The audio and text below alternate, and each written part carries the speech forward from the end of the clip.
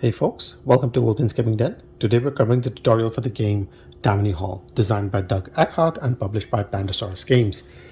Tammany Hall is a highly strategic game of area control and influence where you're playing the role of an aspiring politician who's looking to win elections over the different wards and zones with the intent of becoming the mayor, scoring points, and thereby winning the game by the end of the different rounds that will be played.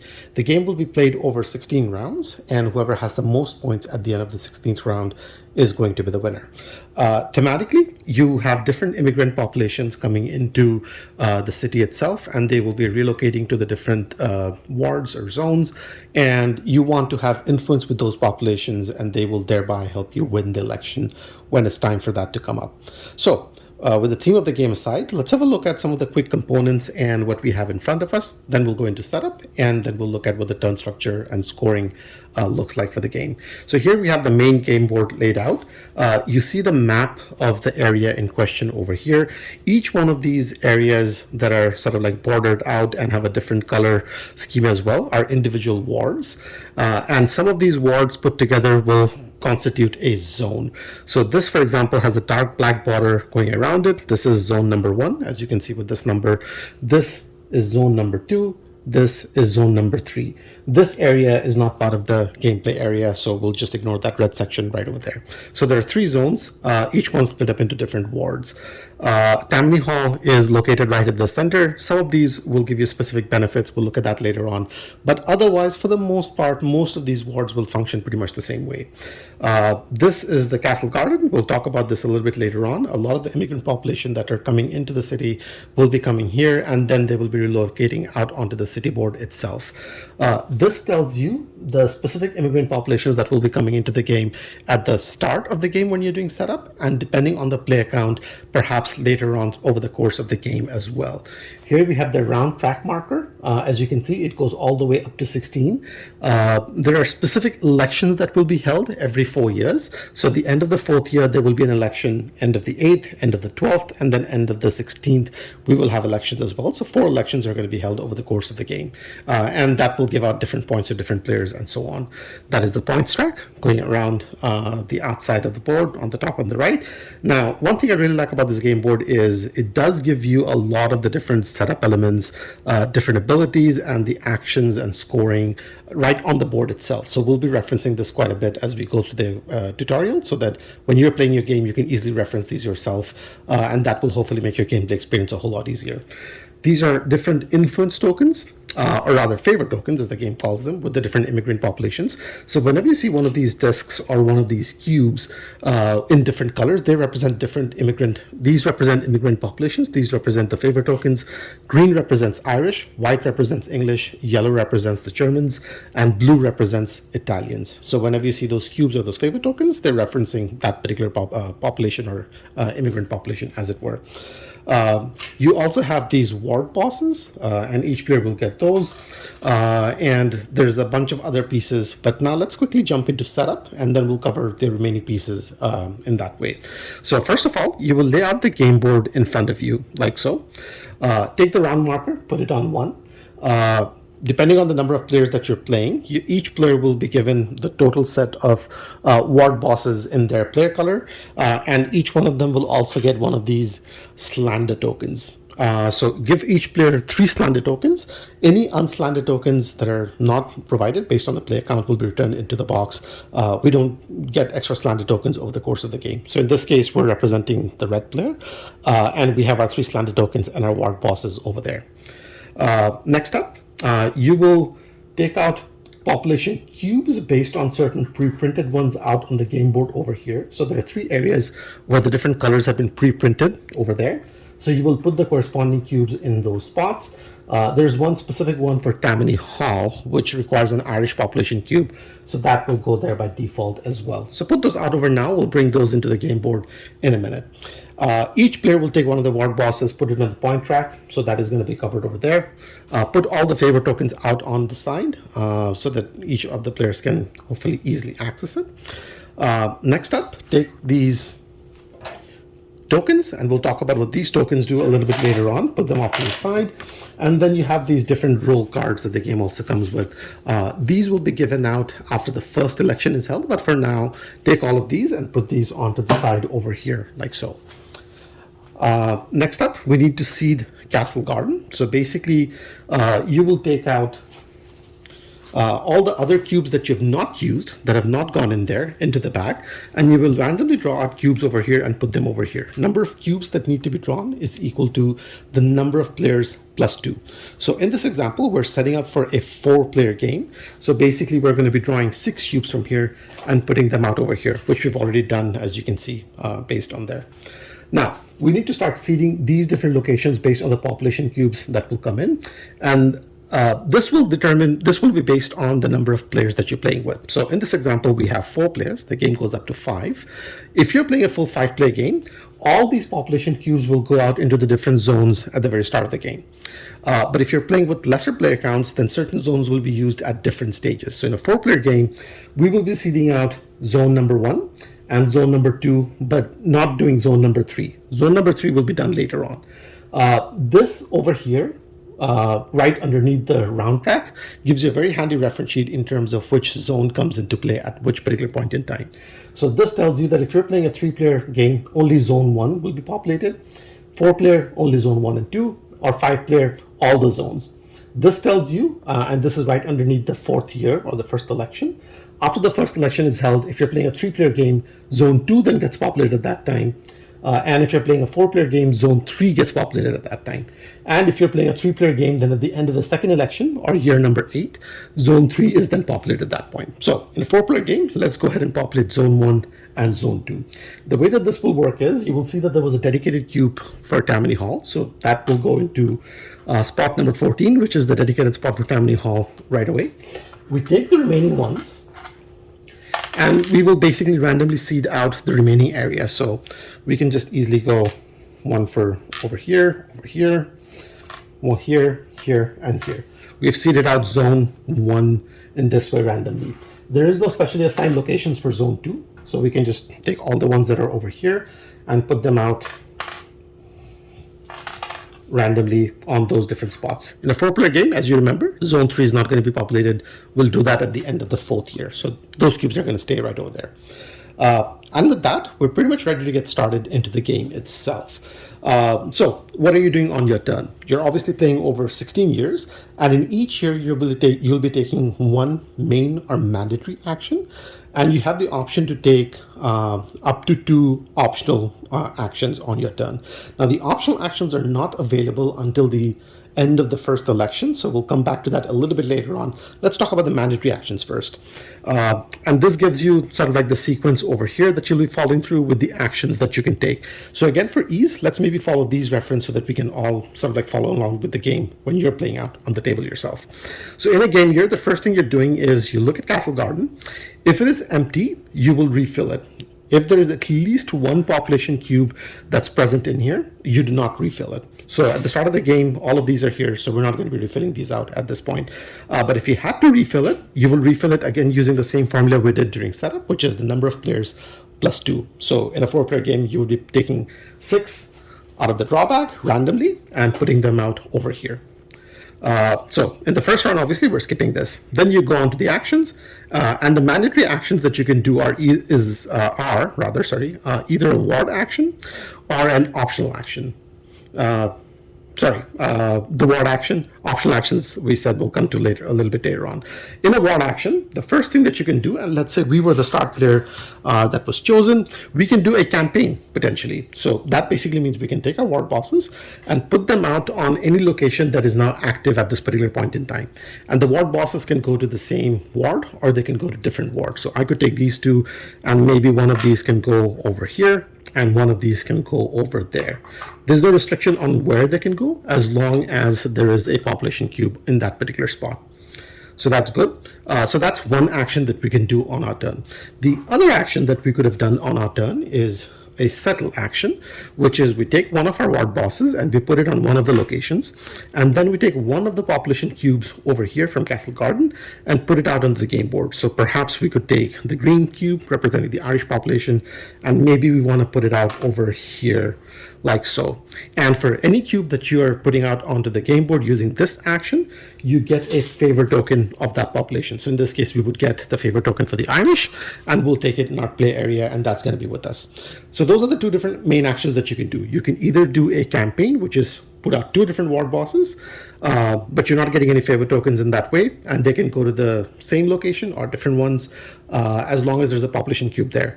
Or you can do a settle action, which is you're putting out a ward boss following the same rules that it will have to go to a spot where there is a population cube, and you will put out one population cube onto the game area. Again, it can go to the same spot where you put out your ward boss or a different spot, and any population cube that you're putting out using that action gains you the corresponding favor token. So that's your main action. So you would basically do that. So in this case, let's say we did this where we put out our ward boss and we put out one Irish population cube. Perhaps the black player is next, and maybe they want to do both of these ward bosses. So maybe they will go one over here and maybe one over here. Then it's the turn of the tan player. Maybe they want to put out one ward boss, let's say over there. And maybe they decided that, they will repopulate, put more English on this spot over here, and this gets them an English favor token. And let's say purple player went next and they decided they wanted to put out both the ward bosses, and they want one over here and maybe one over there. As soon as everybody's done with that one main action, that's the end of the round pretty much for year one. The round will end, we then move on to the next round, and then everybody does their action and will continue pretty much the same way. As soon as you hit a year in which an election is supposed to take place, that's when we follow a specific number of steps. So as you can see here, it says end of year, check for end of term. Obviously, we're not at end of term at the end of year one. We will be at the end of year 4, so we move the year marker forward by 1. And we continue with the next round. Now, let's move forward a few steps in this game. I'll populate this out a little bit more, and we'll have a look at how an election works. So here we fast forwarded a little bit to what the game board situation could look like at the end of the 4th round or the 4th year. So the first election is now due up, and we will basically go through these steps to figure out what an election will look like. So step 1 is basically clear out Castle Garden. So if you have any cubes left over here at that particular point, you're going to take these and put them back into the bag. So we're going to do that, and that's pretty much it for the first step. Easy enough. Next up, all the ward elections are now going to be held. We will be holding elections starting from Zone 1, moving on to Zone 2, and then if Zone 3 is opened up, Zone 3 will then go next. Within each of the zones, there's also a specific sequence that we need to follow, so it's not just randomly decide wherever you want to resolve it first. Basically, the sequence will be you start off with the ward where the zone number is printed out, and then you follow the arrows going from ward to ward, resolving each of those elections. So in this case, we'll start off with Zone 1, and Zone 1 is printed here, so this is the starting location for the first ward that needs to be resolved. So let's maybe quickly do that over here. So as we can see, 3 players have one of their ward bosses present over here, so purple, red, and the tan player. And there are 2 population cubes over here, one for German and one for Italians. So great, so now we need to resolve the election in this particular ward. The way that this will work is each ward boss will provide one vote towards the player of that corresponding color. So each of these 3 players now has 1 vote in there. Black player, who does not have a ward boss in here, is not part of this election. So even though they may have specific favor tokens corresponding to those population cubes, it doesn't matter. They're not part of the election. So these 3 are competing. They all now have 1 vote. Now, there's 2 population cubes over here, which means this ward has the German populations in there and the Italian populations there. Each player will now declare how many influence tokens they have in each of those corresponding populations. So red, we are in there, so perhaps we have 2 Italian tokens, and maybe we have 3 favor tokens from the Germans. So we'll declare that, this is what we have for those population cubes. Tan player will do the same, and purple player will do the same. After it is declared, you will now randomly choose, not randomly, sorry, you will in secret choose how many of these you want to put up towards winning that election. So these are the eligible ones. If I had any of these tokens, these will not contribute anything in this election. So I might choose, let's say, for example, maybe I want to choose these two and I want to choose this one. So I'll secretly pick up these and I will put it in my fist and I'm going to put it in front of me as part of a sort of like a one-off blind bid, if you want to call it. Each of the other players will do the same as well. So red's going to do the same, tan's going to do the same, purple's going to do the same. And we all know how many total each one of the players have, but we don't know how many each one of us are putting forward. So you're going to put this forward over here when everybody's ready. Reveal. Each eligible disc that you've now presented over here will add 1 vote to what you're going to get at that particular point in time. So the total number of votes we get in this ward is basically 3 + 1 for a ward boss. So maybe the tan player put forward a total of 2, and then maybe the purple player put forward none at that point. And we'll talk about why you may want to not put any of these forward. And that's because if you're regardless of whether you win or you lose the election, any favor tokens you're putting up will be lost. So they will basically go back into the supply, even if you haven't won that election. So you only want to put up a sizable amount if you feel like you have a strong chance of winning that election, because you don't want to lose it, lose the favor tokens and not win the election. That can be a little harsh at that point. So in this case, if we won the election, basically what will happen is each one of the players who has lost will take their pieces and they will put it away. It's going to go back into their supply, so it doesn't go out of the game, goes back into the supply, but they're no longer going to be on the game board itself. The winning player gets to keep one of the ward bosses back. So in this case, we only had 1, so we're keeping 1 back. But if we had 2, as an example, all the others will take the ward bosses away. I have to take 1 back into my supply, but I get to keep 1 back over here. So that's basically part of your reward for winning the ward itself. You get a ward boss that sticks around for a later round as well. Now, next up, you will also check and see if one of these wards gives you an immediate benefit or not. Not all of the wards do. It's only the ones in zone 1, and it's only these 4 that give you a benefit. And you can tell that there is a benefit because there's going to be a corresponding symbol over here in some of these. So there's 1 over there, 1 over here, 1 over here, if you can see, and then 1 over here. So this basically tells you that you can put out an immigrant cube of your choice anywhere. So you can look into the bag, pick any immigrant cube you like, and you can put it anywhere on the game board. So we have influence tokens of the Germans, Italians, and Irish. So in this case, we can put out, maybe we think we have an election coming up over here later on because we have one of our ward bosses. So maybe we want to have an Irish population over there, because we want to be able to use our Irish token because we really want to win this for whatever reason. So that could be one way of doing it. You could also, of course, put it on the same spot. That's perfectly legal. So pick any one spot that is open in the game right then and just put it over there. So that's going to be the benefit from these 2 locations. The benefit from this one and this one is you can take any one favor token of your choice and you're going to take it in your supply. So that can help you out in a future election later on. So once this is now resolved, we will follow this arrow and now move forward like so. So after this one, we'll go here. Now this is another good example because here we can see black player has 1 ward boss, but nobody else is present in there. So black will automatically win that ward because they're getting 1 vote and nobody else is in there. So they will basically win this. They will gain this benefit, and then we'll move on and resolve the next one. So red automatically wins this. There's going to be an election here because 3 players are present over here following the same formula. And then it will continue till, we follow the arrow. Next we go here, then here. Then we will start off in zone 2, starting off with this particular spot. Then we'll follow the arrows again and then start resolving the elections. So if you win an election outright, we saw what happens with this example. If somebody is in the ward and there isn't any other player in there, we know that that is an outright win.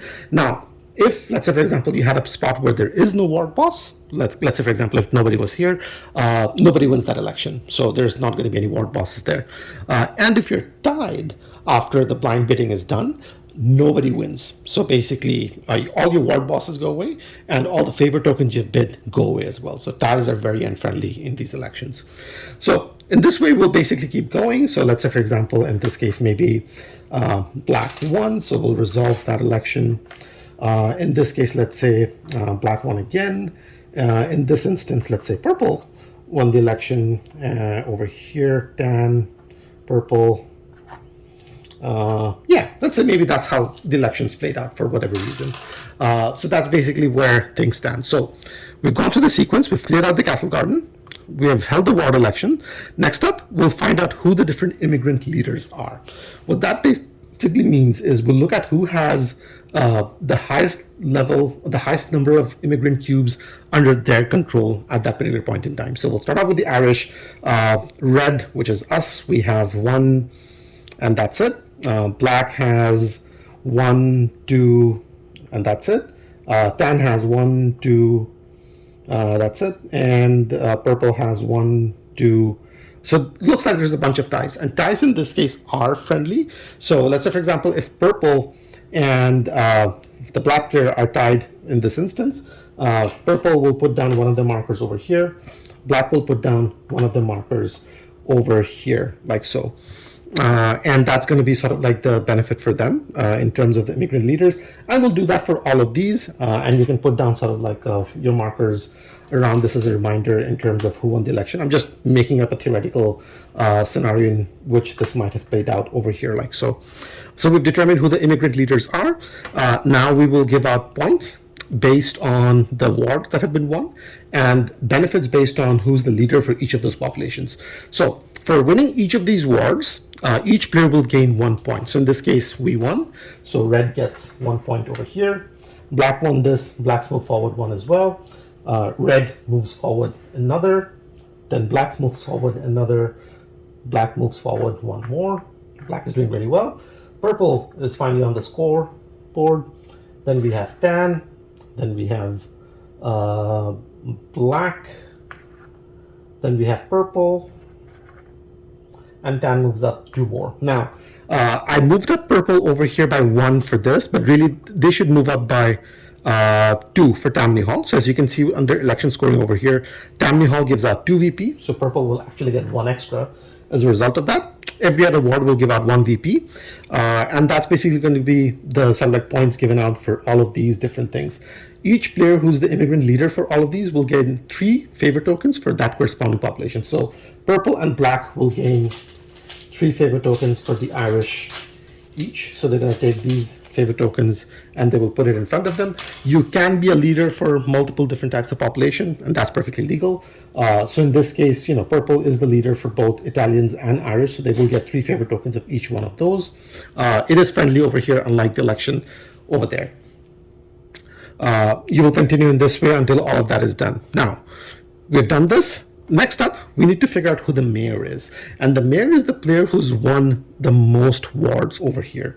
And you can just simply figure out who the mayor is by looking at the count of the pieces, the ward bosses that are remaining. So in this case, red has 2, black has 1, 2, 3, 4, purple has 2, and tan has 3. So black has the most wards under their influence. So they will basically become the mayor of the city itself. We'll come over here for these. Black player will basically pick up the mayor marker. They will gain this in front of them. That will give them 3 VP. So black is now going to move up 1, 2, 3 over there like so. Next up, black will decide which other player gets which of these different roles. And there's 4 other roles at this point, which will now be split up between the different players. It is up to the mayor to decide who gets what. And of course, if you're playing with a lesser player count, less than the full 5, there might be some roles that are left over, and that's fine. But each player will get one of these roles. So let's have a quick look at, what some of these roles do and why you want these. The benefit of the mayor is you gain 3 points, which we gave the black player. The other benefit is they now become the start player until the next election is held. So remember, we're at the end of year 4. So the black player will now be the start player for years 5, 6, 7, and 8. And then at the end of the 8th year, there's going to be another election. Whoever's the mayor at that point is, gets a point, becomes the start player for the next 4 years after that. Each one of these other roles also gives you a special ability over the course of the game as well. So let's now have a look at each one of these. So one of the roles that could be assigned is the Precinct Chairman. So this basically says resettle. Each turn, you may move 1 immigrant cube from any ward with at least 2 cubes to an adjacent ward with at least 1 cube. So basically on your turn, and you can do this once per turn, you can take any area where there is 2 cubes or more, and you can take one of the cubes and move it somewhere else. So you could strategically make sure that you're reshaping the population distribution based on what's most beneficial to you. So if I was the town player, and maybe the town player has the precinct chairman, they can probably say, you know what, I have enough influence over here, and I have white favor tokens. I can definitely use these in both of these areas, but I can't use the white favor token over here right now. So maybe I want this cube to go over there as a bonus action, right? And you can do that once per turn at that particular point. The deputy mayor, they get each turn 1 political favor of any color. So this is a little bit more straightforward and pretty handy too. So each turn, you'll basically just pick one of these favor tokens, and you're gonna take it and put it in front of yourself. And that's what you're basically doing on your turn as the deputy mayor, as a bonus action, again, on top of everything else that you might be doing. The council president. Now, the council president has the lockup ability. It says up to 2 times per turn, you may place a council president token on any ward that does not have one. Once a token is placed in a ward, no one may add pieces or remove pieces from that ward until the end of the next election. So it's a pretty potent power. So these are basically the tokens that the card is talking about. Where is that one? There we go. So when it basically says the council president token. So if you were to take these as the council president, and if you decide to put this over here, nobody can move in or out of that particular spot. And that's going to be locked in until the next election is held. So it can be quite powerful, because if there's a particular location that maybe you have a good stronghold on, you don't want anybody else to creep in there, you can just lock it away for yourself in that way. And you get 2 of these. So you can do that 2 times over 1 term, which is 4 years. So over the course of 4 years or 4 rounds, you can do this twice, as it were. So you can potentially lock up this if you're the black player. And if you're the black player, maybe you want to lock up this for whatever reason, so you can do that as well. So that's the ability of the council president. And last up, you have the chief of police, who has the ability of arrest. Each turn, you remove 1 immigrant token from any ward with at least 2 cubes. You don't have to be in that particular spot. So basically, you can basically say, you know what, I'm going to take this guy and he's locked up, so he's going to go back into the bag. And this way you can take away some population cubes that maybe are not helping you in particular areas, or maybe are helping your opponents in areas where, you want to have a better chance for yourself in that way. So those are the abilities in this. Again, it's very easy to understand. Just read the different abilities and you will know exactly what they do. If you're playing with a lesser player count, you can choose any one to give out to anyone, and any number of these can be left over. Any excess that's left over is just kept to the side, and it becomes available again at the end of the next election to be given out. But every player will be given one of these by the mayor itself. So that's basically how this one is going to work. Now, at the end of the 4th round, we also need to sort of like bring out any new immigrant cubes that might not have been done so yet. So we're playing a 4-player game. If you remember, at the end of the 4th year, Zone 3 will become active. So we're going to take these 4 cubes at the end of the 4th year and randomly populate these out in different zones. And now these will be available for play in the next round, from the next round onwards. And that's basically, how the turn structure will move on and how the elections will be held.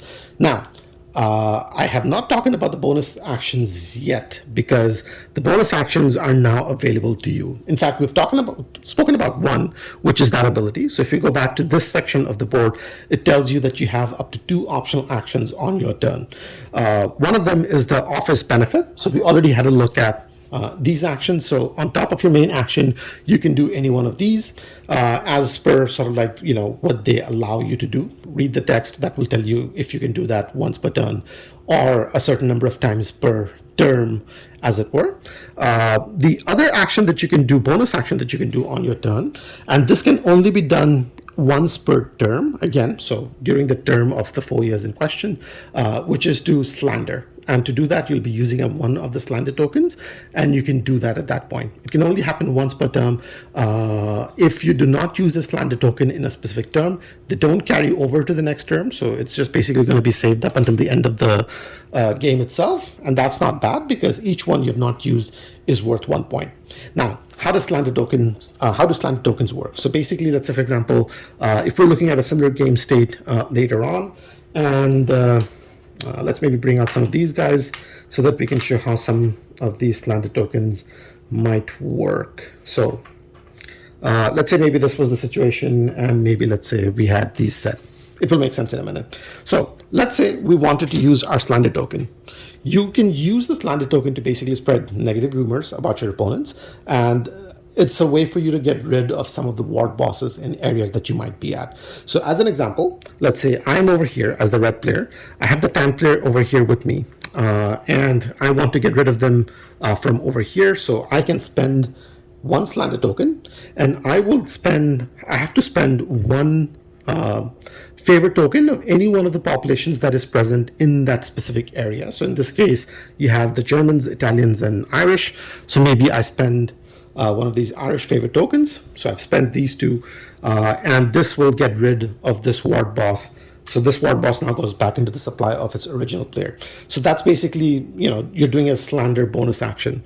Now, you can buff it up a little bit, and you can call what's called a spreading a Slander. So basically, you're not just starting a rumor, the rumor is now starting to spread forward as well. And the way that you can do that is, you're not spending another Slander token, because you're only spending one per turn, so you're not spending any more of these, but you have to spend more favor tokens. So the way that that will work is, you will look at adjacent regions. So in this case, this is adjacent and this is adjacent.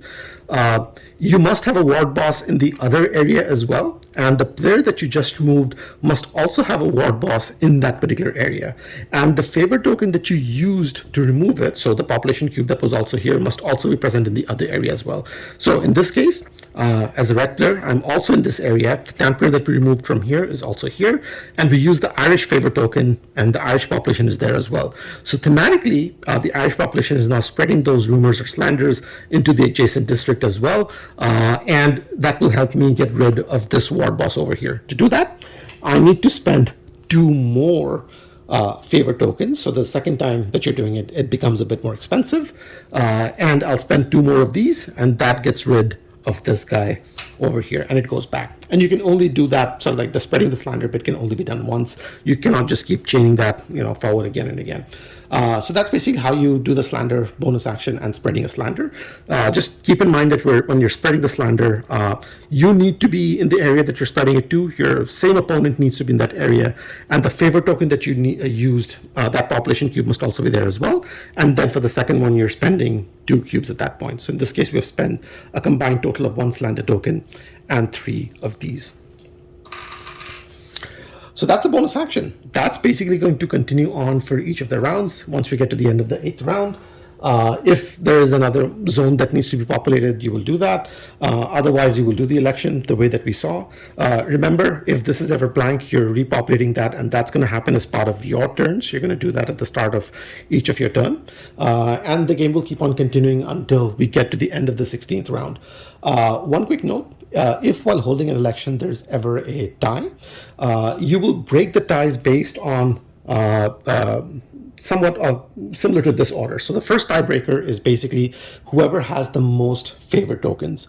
If everybody that is tied for the leadership position is still tied at that point, then you will look at whoever has the most favor tokens of the Irish population. If you're still tied, move on to most favor tokens for the English, then most favor tokens for the German, and then most for the Italian. So you're basically following this sequence to check who has the most favor tokens with those populations. So that's if you ever get into a tiebreaker situation when you're trying to figure out who the mayor is. If by some miracle you're still tied after all of these, gone through all of these different sequence, then whoever was the mayor in the last election retains their mayorship position for the next one as well, even if they were not in the lead in this particular mayor. Basically, the election didn't really yield a result, and the old mayor continues their term for another term, as it were, thematically. So the game will continue in that way until we get to the end of the 16th year. The last election will be held. Points will be handed out as appropriate. There will be a couple more things that will give you points at the end of the game, and these are very handily called out over here. So most favors of a color. So if you have the most favors of any one of these colors, you will gain 2 VP. Ties are friendly, so if you have multiple players tied for the most favor tokens in a specific population, they will all get 2 VPs. So you will do this for each one of these 4 different population types. And then lastly, each Slander token that you have not used over the course of the game is going to get you 1 VP. Add up those in the points track, and then whoever has the most points at that stage is the winner. And that's it. That's pretty much the tutorial for Tammany Hall. Hopefully this helps you get the game to the table a little bit faster and easier. And hopefully you found the video useful in terms of learning it. If you did enjoy the video, do give it a like. And I have more of these tutorials and other unboxing videos and reviews and video game videos coming out on a regular basis. So do subscribe to the channel if you want to be on top of those when and as they come out. In the meanwhile, thanks for watching. If you have any thoughts, comments, suggestions, please feel free to leave them down below. I'll get to them as soon as I can. And in the meanwhile, take care, and I will see you in the next one.